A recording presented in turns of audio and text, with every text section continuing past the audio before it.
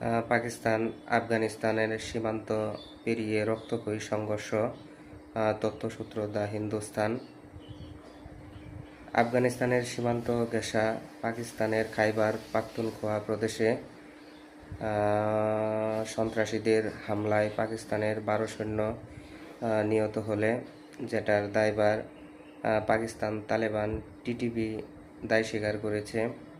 সেটার রেশ ধরেই পাকিস্তানের সেনা বিমান বাহিনী শুক্রবার ভোররাতে আফগানিস্তানের কাবুল ও পাকতিকা প্রদেশে একযোগে বিমান হামলা চালানো হয়, যেটার লক্ষ্যবস্তু ছিল পাকিস্তানি তালেবান টিটিপির প্রধান